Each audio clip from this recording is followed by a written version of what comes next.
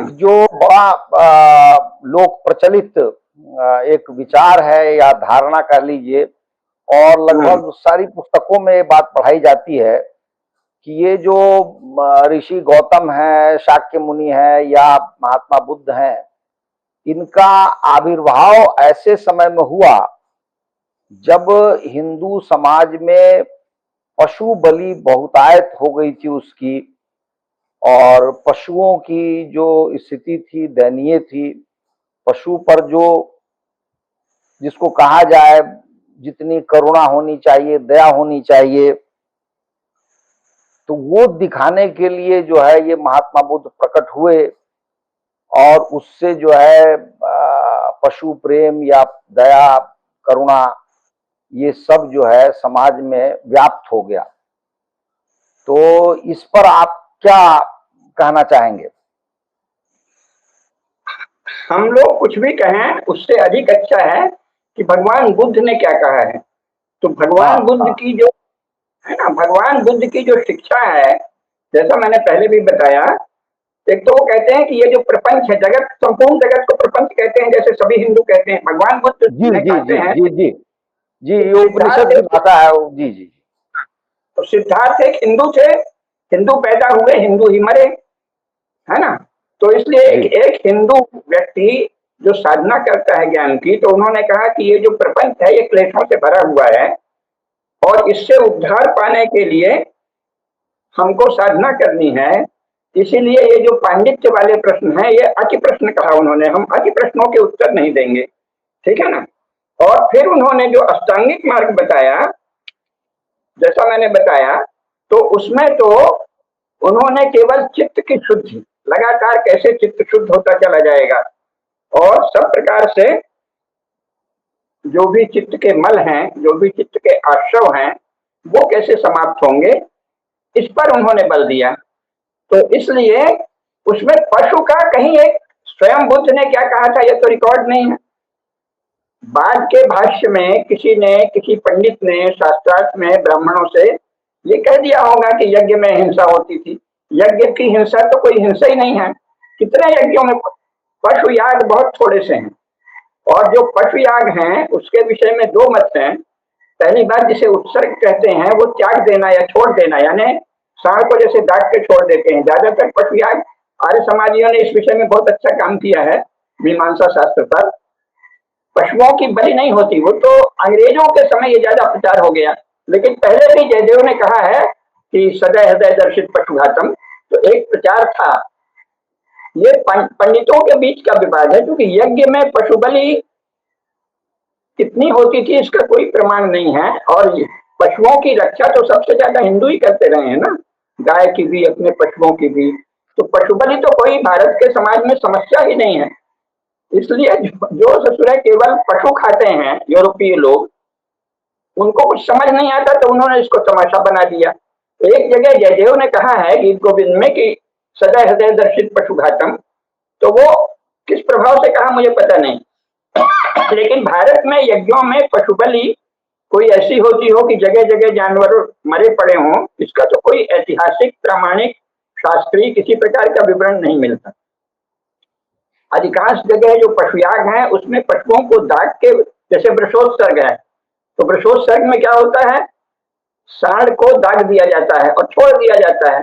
अब उत्सर्ग को उन्होंने वो कर दिया। इसी प्रकार बलि है, तो हम लोग रोज पंचबलि करते हैं, तो गोबलि है। गोबलि में एक मंत्र पढ़ते हैं कि ये जो हम रख रहे हैं ये गायों के लिए है, इदम गोभ्यो इदम नमम, और वो अनाज रख देते हैं बाहर, गाय को खिला देते हैं। फिर कुत्तों के लिए उसको श्वान बलि कहते हैं, कुत्ते के लिए निकालते हैं। इसी प्रकार कौवे के लिए निकालते हैं, वायस बलि कहते हैं। चींटी के लिए निकालते हैं। जो 5 बलियां हैं, तो क्या हम रोज उसमें देवाली बलि भी है, देवताओं का हिस्सा भी निकालते हैं। अब अगर बलि का अर्थ हत्या हो, तो क्या हिंदू रोज देवताओं की हत्या करता है? खाना खाने के समय गाय की हत्या करता है, चींटी की हत्या करता है, कौवे की हत्या करता है, कुत्ते की हत्या करता है, तो निरर्थक पदार्थ है ना।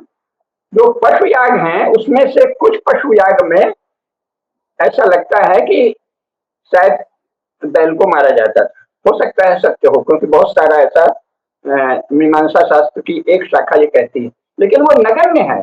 ज्यादातर यज्ञ जो हैं वो तो जड़ी बूटी और हविष्यान्न से होते हैं। और जो पशु याग है उसमें भी पशुओं का उत्सर्ग किया जाता है। पशु बलि कोई ऐसी समस्या हो कि जिसको लेके बुद्ध करें, ये तो कोई ईसाई रिफॉर्मर दिखता है। और लोगों ने बुद्ध को कोई ईसाई समाज सुधारक बना दिया है, बेवकूफों ने। अरे भगवान बुद्ध जिस स्तर पर बात कर रहे हैं वो तो बहुत ही उच्च चेतना का स्तर है। संसार के विषय में बुद्ध ने कुछ कहा ही नहीं है सिवाय संसार से आप मुक्त कैसे होंगे। तो संसार की व्यवस्था के विषय में जो भी बुद्ध को उद्धृत करता है वो बुद्ध विरोधी है। क्योंकि बुद्ध ने ये संसार कैसे चलेगा, राज्य कैसे चलेगा, राजनीति कैसे चलेगी, समाज में व्यवहार कैसे होगा, इसके विषय में कुछ नहीं कहा है कहीं। बुद्ध ने अष्टांगिक मार्ग बताया है, प्रज्ञा और शील की साधना के द्वारा आप समाधि कैसे प्राप्त करेंगे ये बताया है, यानी संसार से मुक्ति का उपाय बताया है। तो बुद्ध का मार्ग उनके लिए है जो संसार को तो देखते ही नहीं है, संसार की उपस्थिति में छटपटाते हैं और उससे मुक्ति के लिए साधना करते हैं। और ये स्वयं बुद्ध ने कहा है कि ये थोड़े से लोग होते हैं।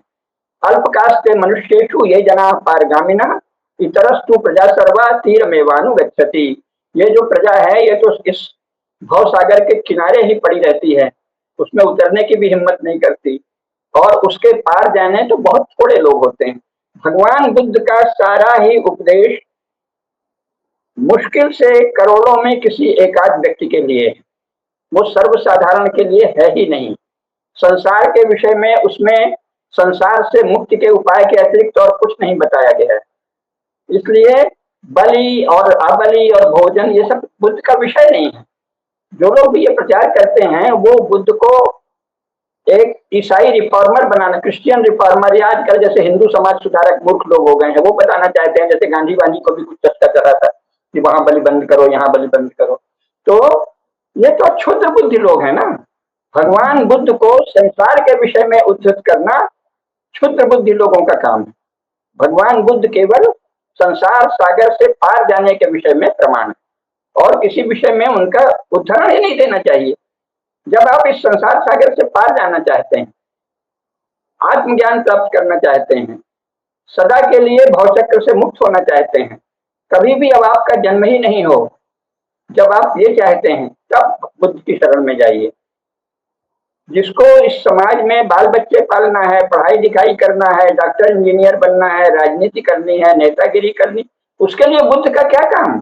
वो तो पहले से सुंदर व्यवस्था चल रही थी, और बुद्ध स्वयं उसमें 25 वर्ष की उम्र तक, 19 वर्ष की उम्र तक रमे हुए थे। उससे भाग कर तो उन्होंने क्लेश बहुल प्रपंच कहा।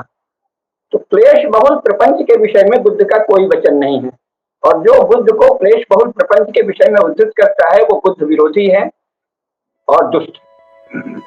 जी।